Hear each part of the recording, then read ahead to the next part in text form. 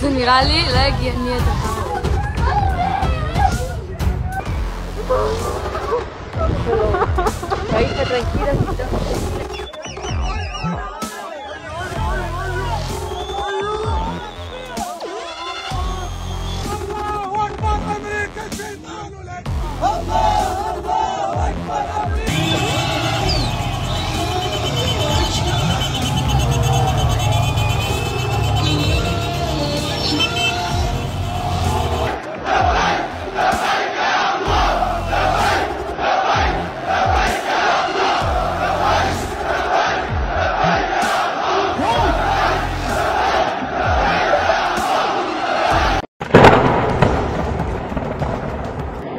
Iran mulai melancarkan gelombang kedua serangan balasan terhadap Israel.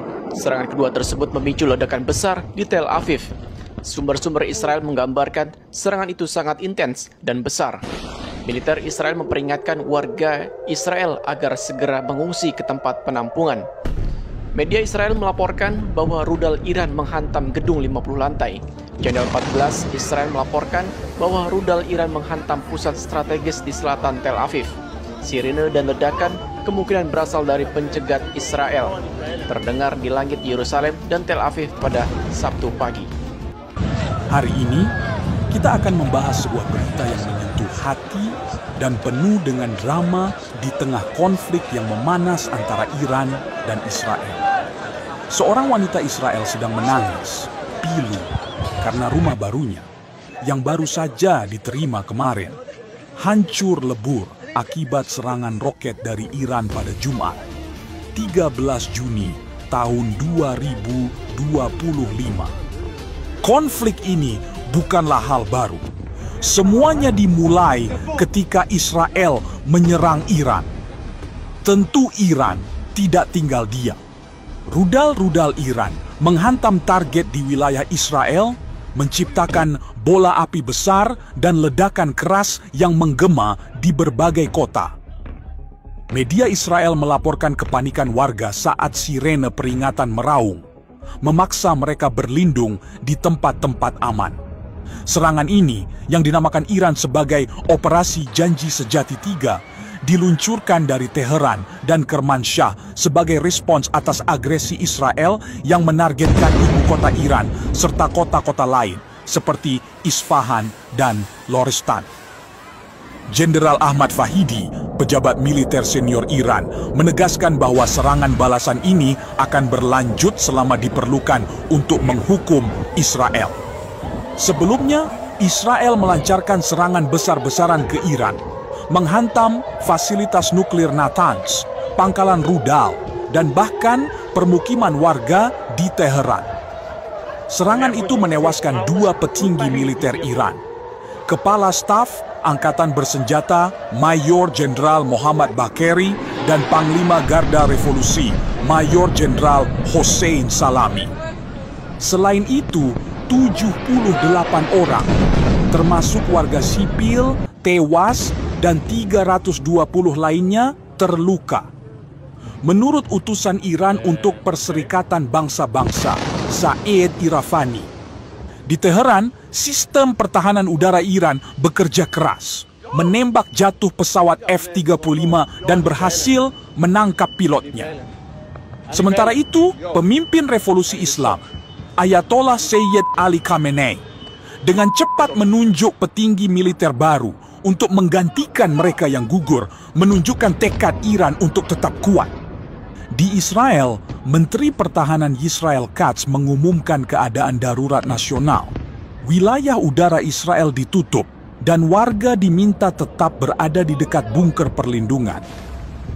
Perdana Menteri Benjamin Netanyahu menyebut operasi Israel yang dinamakan Rising Lion sebagai langkah untuk menghentikan ancaman nuklir Iran. Namun, serangan balasan Iran kini membuat Israel terpojok. Analisis dan kemungkinan yang akan terjadi. Serangan balasan Iran ini menandai eskalasi berbahaya dalam konflik dengan Israel. Dengan kematian 2 petinggi militer senior, Iran menunjukkan bahwa mereka tidak akan tinggal diam. Operasi Janji Sejati 3 memperlihatkan kemampuan Iran untuk menyerang jauh ke wilayah Israel dengan rudal-rudal hipersonik yang dilaporkan menghantam pangkalan militer dan bahkan pusat penelitian nuklir di selatan Tel Aviv, menurut media Israel.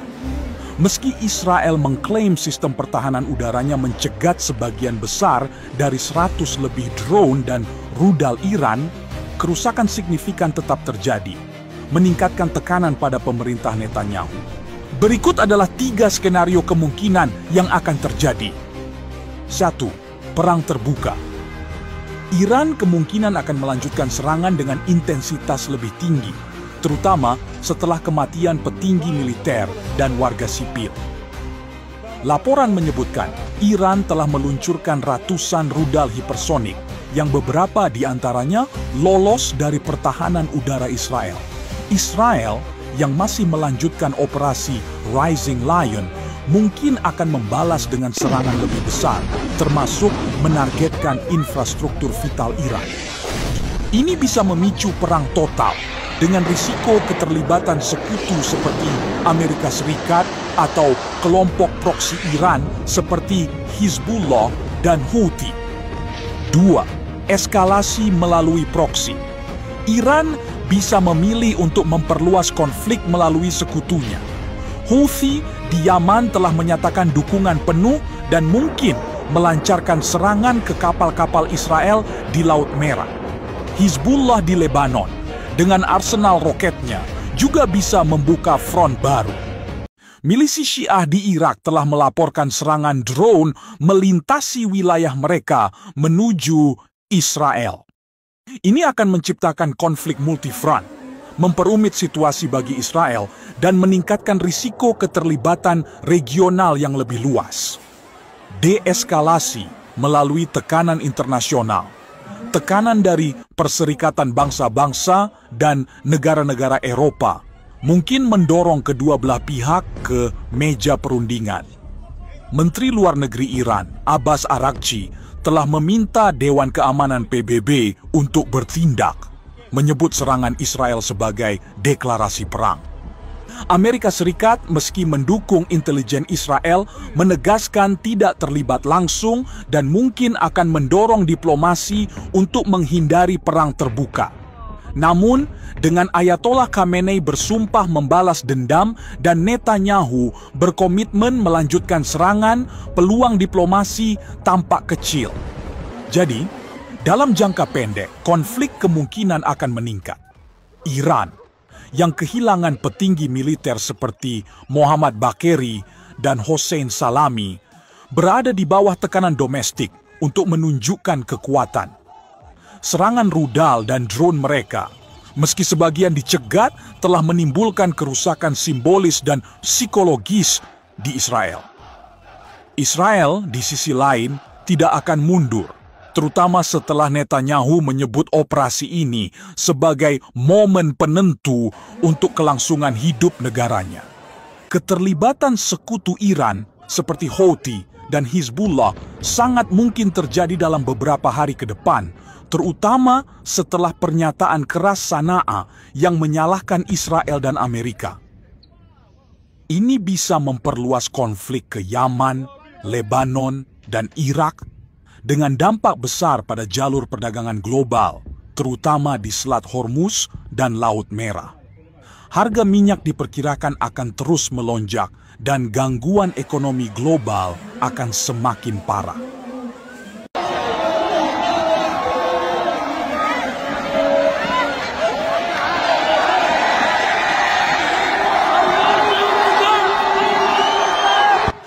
diplomasi masih memiliki peluang, tetapi sikap keras kedua belah pihak membuatnya sulit. Tekanan dari Eropa dan PBB mungkin hanya akan memperlambat, bukan menghentikan, eskalasi. Dunia kini berada di persimpangan berbahaya, dengan risiko perang regional yang bisa menyeret kekuatan global. Pantau terus situasi ini, karena setiap jam bisa membawa perubahan yang mengguncang dunia.